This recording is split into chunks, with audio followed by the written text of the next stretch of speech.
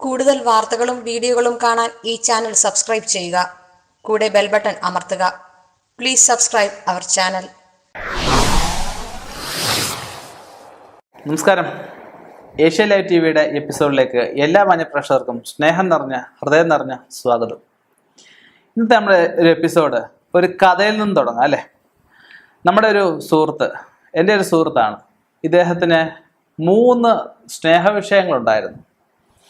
ആദ്യത്തെ സ്നേഹവിഷയം, ഇദ്ദേഹം ഒരു നിയമപരമായിട്ട് വിരുദ്ധമാണ്, എന്നാലൊരു പോലീസിൽ ജോലിയുണ്ട് എന്നൊക്കെ പറഞ്ഞ ഒരു ID കാർഡും ഒക്കെ ഡ്യൂപ്ലിക്കേറ്റ് ഉണ്ടാക്കിയെടുത്ത് ഒരു അമ്പലത്തിൽ വരുന്ന ഒരു ആളിനെ പ്രപ്പോസ് ചെയ്ത് അത് അവസാനം വന്ന് അവർ അന്വേഷിച്ച് കള്ളവാണെന്ന് തെളിഞ്ഞ് അങ്ങനെ ഒരു വിവാഹബന്ധം പോയി. ഇതിനിടയ്ക്ക് ഒരുപാട് സംഭവഫലമായ കാര്യങ്ങളുണ്ട്. രണ്ടാമത് ഒരു കുട്ടിയെ സ്നേഹിച്ച് ആ കുട്ടിയുടെ ആങ്ങളയ്ക്ക് മോതിരം വേണം ബർത്ത്ഡേ ഗിഫ്റ്റായിട്ട്. ഇവരുടെ വീട്ടുകാർക്ക് അത് വാങ്ങിച്ചു കൊടുക്കാൻ ഉള്ള സാഹചര്യമില്ല. ഇദ്ദേഹത്തിൻ്റെ സ്വന്തം മോതിരം ഊരിക്കൊടുത്ത് അവരെ വലിയ കാര്യമായിട്ട് കൊണ്ടുകിടന്ന് കടം മേടിച്ച് ഇവരെ യാത്രകൾ കൊണ്ടുപോവുകയും ഒരുപാട് ട്രിപ്പുകളും അങ്ങനെ ഇങ്ങനെയെല്ലാം ഒരുപാട് സ്നേഹിച്ച് ഇവരുടെ വീട്ടുകാരെ കൂടി ഏറ്റെടുത്ത് കൊണ്ടു നടന്നു. അവസാനം വന്നു കഴിഞ്ഞപ്പോഴത്തേക്കും ഇദ്ദേഹത്തിന് സ്വന്തമായിട്ടൊരു വസ്തു പോലും ഇല്ല എന്നുള്ള കാര്യം പറഞ്ഞ് അവര് വേറെ ബന്ധം വന്നപ്പോൾ അതങ്ങ് ഒഴിഞ്ഞുപോയി. മൂന്നാമത് ഒരു സ്നേഹം ഉണ്ടായിരുന്നു. ആ കുട്ടിക്കൊരു ജിമിക്കി കമ്മൽ, ജിമിക്കമ്മലിൻ്റെ ട്രെൻഡാണല്ലോ, ജിമിക്കി കമ്മൽ വേണമെന്ന് പറഞ്ഞു. അവസാനം ഇദ്ദേഹം നോക്കിയിട്ട് മേടിച്ചു കൊടുക്കാൻ മാർഗമില്ല. അച്ഛൻ മരിച്ചു പോയതാ. അമ്മയുടെ അടുത്ത് അമ്മയോട് ചോദിച്ചു, അമ്മയുടെ കമ്മൽ ഞാനാവോ സ്നേഹിക്കുന്ന കുട്ടിക്ക് കൊടുക്കാനാ. അപ്പം അമ്മ ചോദിച്ചു, ആദ്യത്തെ കുട്ടിക്ക് വേണ്ടി നീ ബൈക്ക് വിറ്റു, രണ്ടാമത്തെ കുട്ടിക്ക് വേണ്ടിയിട്ട് നീ കാറ് കൊടുത്തു, ബാങ്കിലുള്ള പൈസ എല്ലാം എടുത്ത് ചിലവാക്കി, മൂന്നാമത് നീ എൻ്റെയും കൂടെ സാധനം മേടിക്കാൻ വന്നേക്കാണ്. മരിച്ചുപോയ ഭർത്താവ് മേടിച്ചു കൊടുത്തൊരു സാധനമാണ്, അദ്ദേഹത്തിൻ്റെ ഓർമ്മയ്ക്കായിട്ട് ഇട്ടേക്കുക, ആ കമ്മലൂടെ വേണമെന്ന്. അവസാനം എന്തൊക്കെ കാരണം പറഞ്ഞ് അത് പോയി.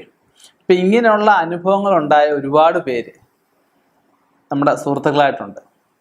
അപ്പം ആ ഒരു അനുഭവത്തിൻ്റെ വെളിച്ചത്തിൽ പണ്ടൊക്കെ പറയും ഈ സ്ത്രീകള് തേച്ചിട്ട് പോയി എന്ന് പറയും അല്ലേ.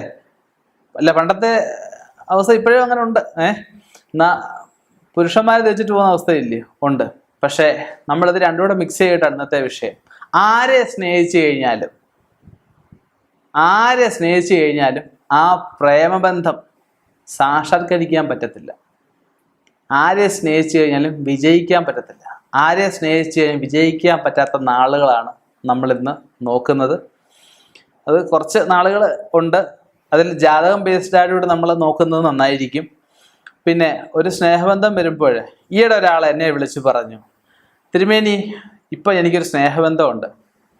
ഞാൻ നേരത്തെ ഒരു സ്നേഹബന്ധം ഉണ്ടായിരുന്നു, ഒരു കുറേ സാമ്പത്തികം അതിനു വേണ്ടി കളഞ്ഞു. അവസാനം ഞാൻ ചെറിയ വിഷയം വന്നപ്പോൾ, എന്നെ ഉപേക്ഷിക്കേണ്ടതിനും കാരണം വേണമല്ലോ, ആ ചെറിയ വിഷയം കൊണ്ട് അവര് എന്നെ വിട്ടുപോയി. അടുത്ത ഒരു സ്നേഹബന്ധം എനിക്കുണ്ട്. അന്ന് എനിക്കൊരു 6 ലക്ഷം രൂപയോളം എനിക്ക് ഒരുപാട് വലിയ ബാധ്യതക്കാരനായി ഞാൻ. വേറൊരു സ്നേഹബന്ധമുണ്ട്, ഇത് നടക്കുമോ എന്നൊരു ചോദ്യം ഒരാൾ ചോദിക്കുകയുണ്ടായി. അപ്പം നോക്കിയപ്പം അതൊന്നും നടക്കാൻ യോഗമില്ല. യോഗം ഉണ്ടെങ്കിലേ യോഗം ഉണ്ടെന്ന് പറയാൻ പറ്റൂ, ഇല്ലെങ്കിൽ പറയാൻ പറ്റൂ. ഇപ്പം ഞാൻ അയാളുള്ളത് നടക്കുമെന്ന് പറഞ്ഞു. ഇയാൾ ഈ പറഞ്ഞ 7 ലക്ഷം രൂപയ്ക്ക് 10 ലക്ഷമോ 15 ലക്ഷമോ മുടക്കി. അവസാനം കള്ളനാവുന്ന കുറ്റക്കാരനാവുന്ന ആരാ? ഞാനാ. അപ്പം ഞാൻ ആ ജ്യോതിഷ സത്യസന്ധമായിട്ട് കൈകാര്യം ചെയ്തുകൊണ്ടല്ലേ അത് പറയാൻ പറ്റിയത്. പുള്ളിക്ക് ആ അവസ്ഥ ഉണ്ടായി കഴിഞ്ഞാൽ എന്നെ വിളിച്ചു, തിരുമേനി പറഞ്ഞ 100% ശരിയാണെന്ന് പറഞ്ഞു. അപ്പം ആരെ സ്നേഹിച്ചാലും വിജയിക്കാൻ സാധ്യതയില്ലാത്ത കുറച്ച് നാളുകാരുണ്ട്. ആരൊക്കെയാണെന്ന് നോക്കാം. സ്ത്രീയും പുരുഷനും വരാം കേട്ടോ. ഭരണി, രോഹിണി, പുണർദം, പൂയം, ചിത്തിര, തിരുവാതിര, ചോതി, ചതയം, തൃക്കേട്ട, മൂലം, പൂരുട്ടാതി. ഈ നക്ഷത്രക്കാർക്ക് വിവാഹം ബന്ധം വരെ വന്ന സ്നേഹബന്ധങ്ങളിൽ മുടങ്ങിപ്പോയി എന്ന് വരാം. വിവാഹം നടന്നതും കാണും കേട്ടോ, ഇല്ലെന്ന് ഞാൻ പറയുന്നില്ല. പക്ഷെ ഭൂരിഭാഗവും ഒരു കൂട്ടം ആൾക്കാർ നമ്മൾ എടുക്കുമ്പോൾ ഏറ്റവും കൂടുതൽ എന്താണ്, ഏറ്റവും കൂടുതലായിട്ടുള്ള നാളുകാരാണ് ഞാൻ പറയുന്നത്. 27 നാളുകാരും അങ്ങനെയാണെന്ന് ഞാൻ പറയുന്നില്ല. പക്ഷെ ഈ നാളുകളിൽ ഇങ്ങനെയൊക്കെ ഈ കെണികളിൽ ചെന്ന് പെട്ട് പ്രയാസം, ചിലപ്പോൾ കയ്യോ കാലോ മുറിച്ചോ, ചിലപ്പോൾ കെട്ടി തൂങ്ങിച്ചാ, ചിലപ്പോൾ ഈ വെള്ളത്തിൽ ചാടാൻ ഒക്കെ പോയിന്ന് വരും. അപ്പം അങ്ങനെയൊക്കെ ചാടുന്നത് ശുദ്ധ മണ്ടന്മാരും ശുദ്ധ മണ്ടികളുമാണെന്ന് ഞാൻ പറയത്തുള്ളൂ. ഒരു സ്നേഹബന്ധം പോയി എന്ന് പറഞ്ഞ് അവനവൻ്റെ ജീവിതം അവനവൻ്റെ ജീവിതം നഷ്ടപ്പെടുമ്പോൾ വീട്ടുകാർക്ക് അതിൻ്റെ വിഷയം. ആ കുട്ടിക്ക് എന്തെങ്കിലും പറ്റിയോ? ഇപ്പം പെണ്ണാണ് തേച്ചിട്ട് പോകുന്നത് വെച്ചു, പെണ്ണെന്തെങ്കിലും പറ്റിയോ? ഒന്നും പറ്റിയിട്ടില്ല. പയ്യന്മാരാണെങ്കിലോ അവർക്ക് എന്താ പറ്റി? ഇല വന്ന് മുള്ള വീണാലും മുള്ള വന്ന് ഇല വീണാലും പണ്ടുള്ളവർ പറയും ഇലയ്ക്ക് ആവശ്യം. ഇപ്പം അങ്ങനെയൊന്നും ഇല്ല. സ്നേഹം നടന്നാൽ വിവാഹത്തിന് മുമ്പുള്ള സ്നേഹമല്ലേ, പോട്ടെന്ന് വെക്കും.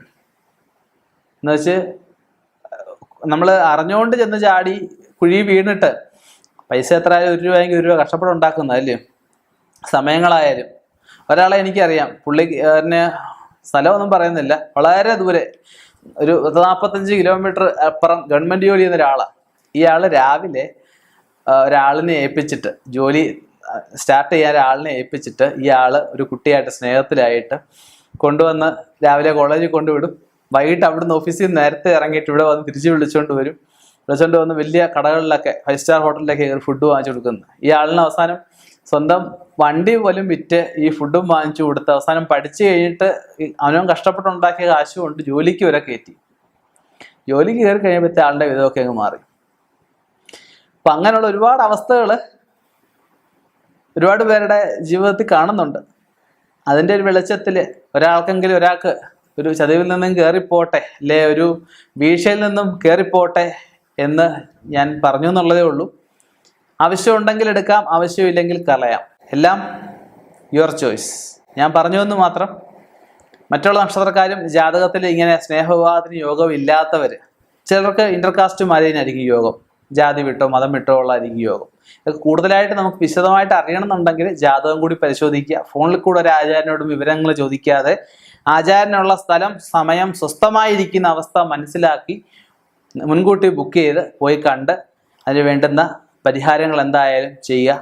ഇനിയും പ്രേമബന്ധം വിജയിക്കുന്നില്ല ആ ഒരവസ്ഥയിൽ അതിനും പരിഹാരങ്ങളുണ്ട്. എന്തായാലും പ്രശ്നമുണ്ടെങ്കിൽ പരിഹാരമുണ്ട്.